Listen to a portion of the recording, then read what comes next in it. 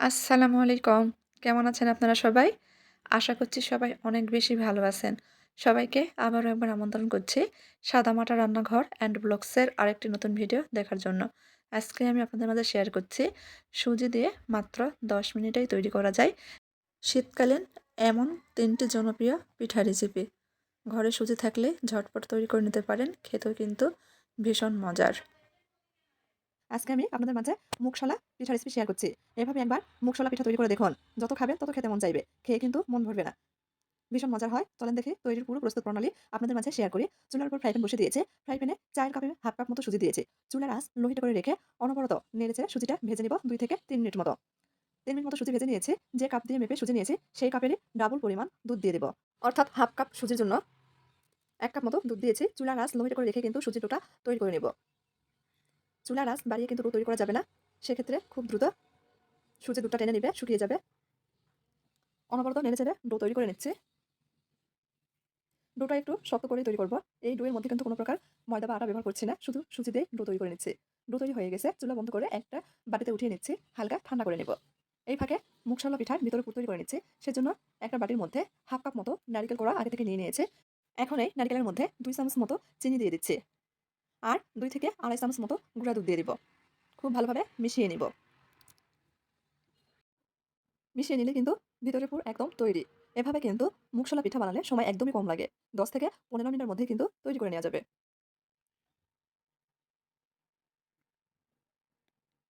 নারিকেলের পুর তৈরি হয়ে গেছে, সাইডে রেখে দিব। এদিকে সুজিটা হালকা ঠান্ডা হয়ে গেছে। এখন এর মধ্যে হাফ চামচের চেয়ে কম সামান্য পরিমাণ ঘি দিয়েছি। ঘি দিয়ে খুব ভালোভাবে মথে নিব। মথে সফট ডো তৈরি করে নিচ্ছি। যেভাবে আমরা আটা ময়দা দিয়ে ডো তৈরি করি, ঠিক সেইভাবে ডোটা তৈরি করে নিতে হবে। মোটামুটি ২ থেকে ৩ মিনিট মতো সময় নিয়ে মধ্যে ডো তৈরি করে নিয়েছি। দেখেন ডোটা কতটা নরম হয়ে গেছে। রেস্টে রাখার প্রয়োজন নেই। এখন একটা পিঁড়ি নিয়েছি। পিঁড়ির উপর সামান্য পরিমাণ আটা ছড়িয়ে দিব। পুরো ডোটাই নিয়ে নিয়েছি। এখন হালকা হাতে বড় করে রুটি বেলে নিব। তবে একেবারে পাতলা করে বেলব না। একটু মোটা রেখেই রুটিটা বেলে নিব। বড় একটা রুটি বেলে নিয়েছি। দেখিয়ে দিচ্ছি যে কতটা পাতলা রেখেছি। ঠিক এইভাবে বেলে নিতে হবে। এখন একটা কৌটার ঢাকনা নিয়েছি। এই ঢাকনা দিয়ে ছোট, ছোট করে লেচি কেটে নিব। যারা ভিডিও দেখছেন এই পর্যায়ে এসে লাইক দেননি, তারা প্লিজ একটা লাইক দিয়ে দিবেন। ভিডিওটা না কেটে পুরো ভিডিও দেখার চেষ্টা করবেন। আর ভিডিওতে অনেক নয়েজ আসছে। বরাবরের মতো মানিয়ে নিবেন। ক্ষমা সৌন্দর্য সাথে দেখবেন। আমি লেচিগুলো কেটে নিয়েছি। রুটির বাড়তি অংশ আবারও বেলে সবগুলো লেচি কেটে নিয়েছি। এখানে আমার মোট ৭ টা লেচি হয়েছে। এখন একটা লেচি নিয়ে নিচ্ছি বা ছোট রুটি নিয়ে নিচ্ছি। মাঝখানে আগে থেকে তৈরি করে রাখা নারিকেলের পুর দিয়ে দিচ্ছি। এক পাশ থেকে উঠিয়ে পুলি পিঠার শেপ দিয়ে নিচ্ছি। হাত দিয়ে একটু চেপে, চেপে দিচ্ছি। যাতে ভেতরের পুর বাহিরে খুলে আসতে না পারে। এখন একটা কাঁটা চামচ নিয়েছি। সামনে একটু হালকা হাতে চেপে, চেপে পিঠার ডিজাইনটা তৈরি করে নিচ্ছি। এতে করে দেখতে ভালো লাগবে। একটা পিঠা তৈরি করে নিয়েছি। আরো একটা তৈরি করে আপনাদের দেখিয়ে দিচ্ছি। আরো একটা লেচি নিয়ে নিয়েছি। মাঝখানে তৈরি করে রাখা নারিকেলের পুর দিয়েছি। পুলি পিঠার শেপ দিয়ে নিলাম। হাত দিয়ে খুব ভালোভাবে চেপে, চেপে মুখটা বন্ধ করে দিয়েছি। কাঁটা চামচ দিয়ে হালকা হাতে একটু দাগ টেনে দিচ্ছি। দেখার সৌন্দর্যের জন্য কিভাবে করছি ভিডিও দেখলে বুঝতে পারবেন।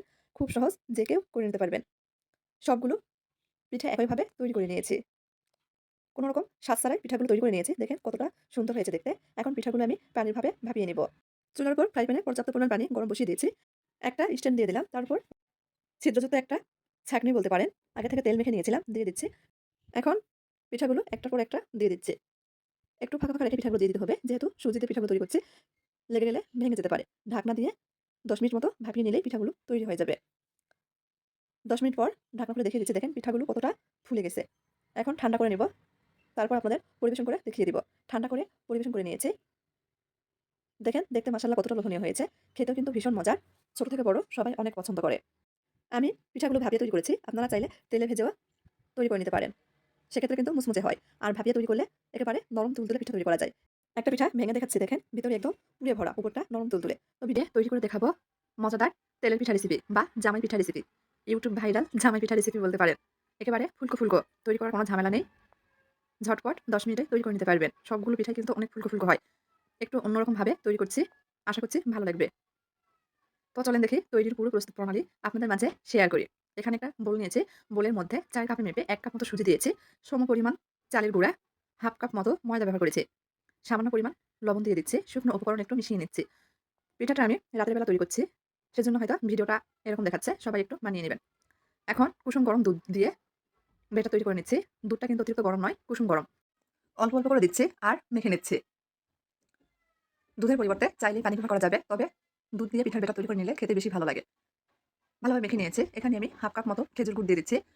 খেজুর গুড়টা আমি একটু পানি দিয়ে জাল করে লিকুইড করে নিয়েছি, সেটা ব্যবহার করছি। মেখে নিচ্ছি। পিঠার এই ব্যাটারটা আপনি যত ভালোভাবে মথে নিবেন, পিঠাগুলো ততটাই ফুলকো হবে।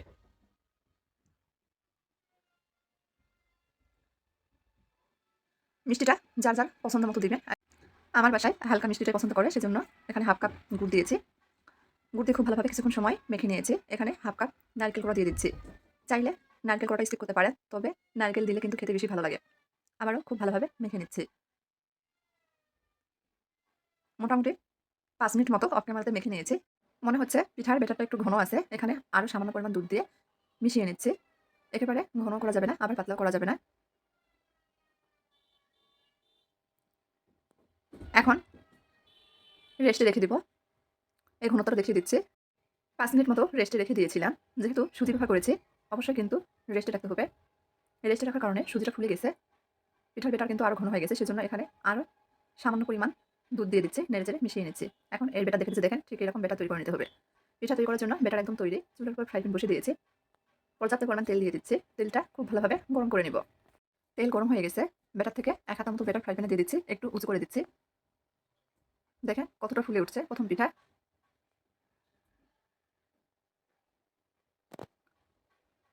আপনারা ছোট কড়াই গোল তলা বিশিষ্ট পাত্রে পিঠাগুলো তৈরি করবেন। সেক্ষেত্রে পিঠাগুলো কিন্তু গোল শেপে তৈরি হবে। তবে ফ্রাই প্যানেও কিন্তু অনেক সুন্দর পিঠা তৈরি করা যায়। দেখেন পিঠাগুলো কতটা ফুলেছে। প্রত্যেকটা পিঠাই কিন্তু এরকম ফুটবলের মতো ফুলে উঠবে।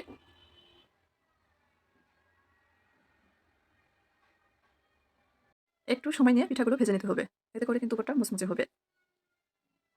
তো আমার আজকের এই পিঠা রেসিপি আপনাদের কাছে যদি একটু ভালো লেগে থাকে, দয়া করে সবাই চ্যানেলটি সাবস্ক্রাইব করবেন। লাইক, কমেন্ট, শেয়ার করে নিয়মিত চ্যানেলের পাশে থাকবেন। সবগুলো পিঠা একইভাবে তৈরি করে নিয়েছি। কাছ থেকে দেখিয়ে দিচ্ছি। দেখেন কতটা ফুলকো ফুলকো হয়েছে আর নরম তুলতুলে এই পিঠা। উপরটা মুচমুচে, ভিতরে একদম নরম। সবগুলো পিঠাই কিন্তু ফুলেছে। একটা পিঠা ছিঁড়ে দেখাচ্ছি যে কতটা ফুলকো হয়েছে।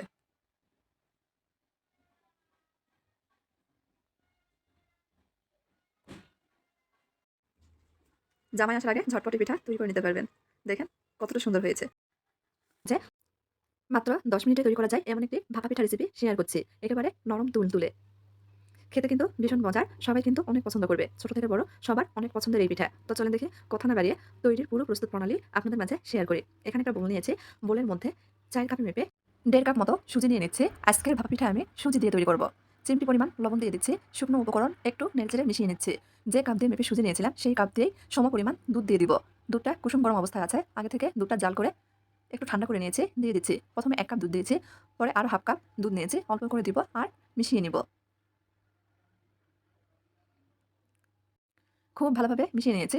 তবে এখানে আমি ১.৫ কাপ দুধ পুরোটাই ব্যবহার করিনি, একটু রেখে দিয়েছি। পরে যদি লাগে দেওয়া যাবে।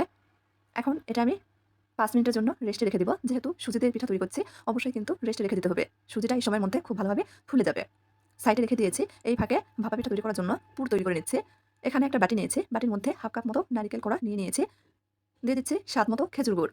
মিষ্টিটা স্বাদ মতো দিয়ে নিবেন। খুব ভালোভাবে হাত দিয়ে মেখে নিচ্ছি।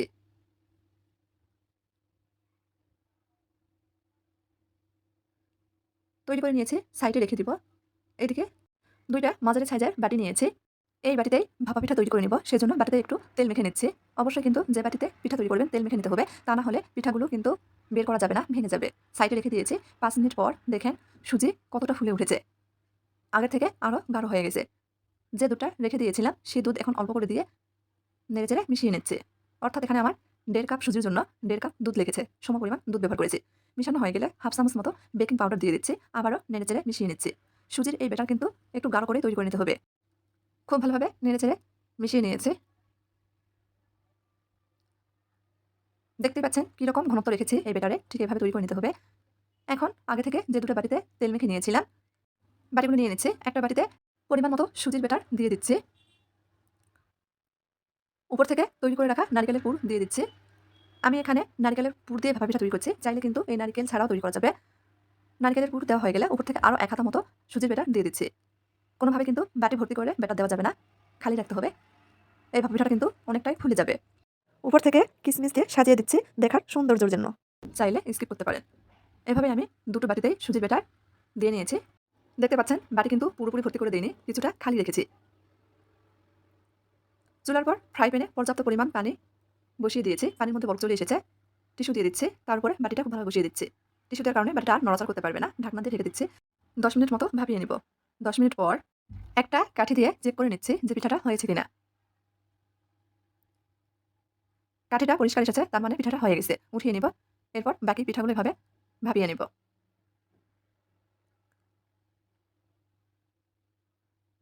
আমি বাকি পিঠাগুলো একইভাবে ভাপিয়ে নিয়েছি। এখানে আমার ছোট বড় মোট ৩ টা ভাপা পিঠা হয়েছে। পিঠাটা ঠান্ডা করে তারপর আপনাদের দেখিয়ে দিচ্ছি। পিঠাটা বেশ কিছুক্ষণ সময় নিয়ে ঠান্ডা করে নিয়েছি। গরম অবস্থায় কিন্তু পিঠাগুলো বাটি থেকে বের করা যাবে না। সেক্ষেত্রে ভেঙে যাবে। দেখেন পিঠাটা ঠান্ডা হয়ে গেছে, নিজে থেকেই খুলে এসেছে। হাত দিয়ে হালকা হাতে এভাবে ৪-৫ টা ছাড়িয়ে নিলেই পিঠাটা খুব সহজেই বেরিয়ে আসবে। এখন একটা প্লেটের উপর পিঠার বাটি দিয়ে দিয়েছি। হালকা হাতে চারপাশে একটু ঝাঁকালে কিন্তু পিঠাটা খুব সহজে বেরিয়ে আসবে। দেখেন কত সুন্দরভাবে পিঠাটা বেরিয়ে এসেছে। আর পিছনে কিন্তু একদম ভেঙে যায়নি।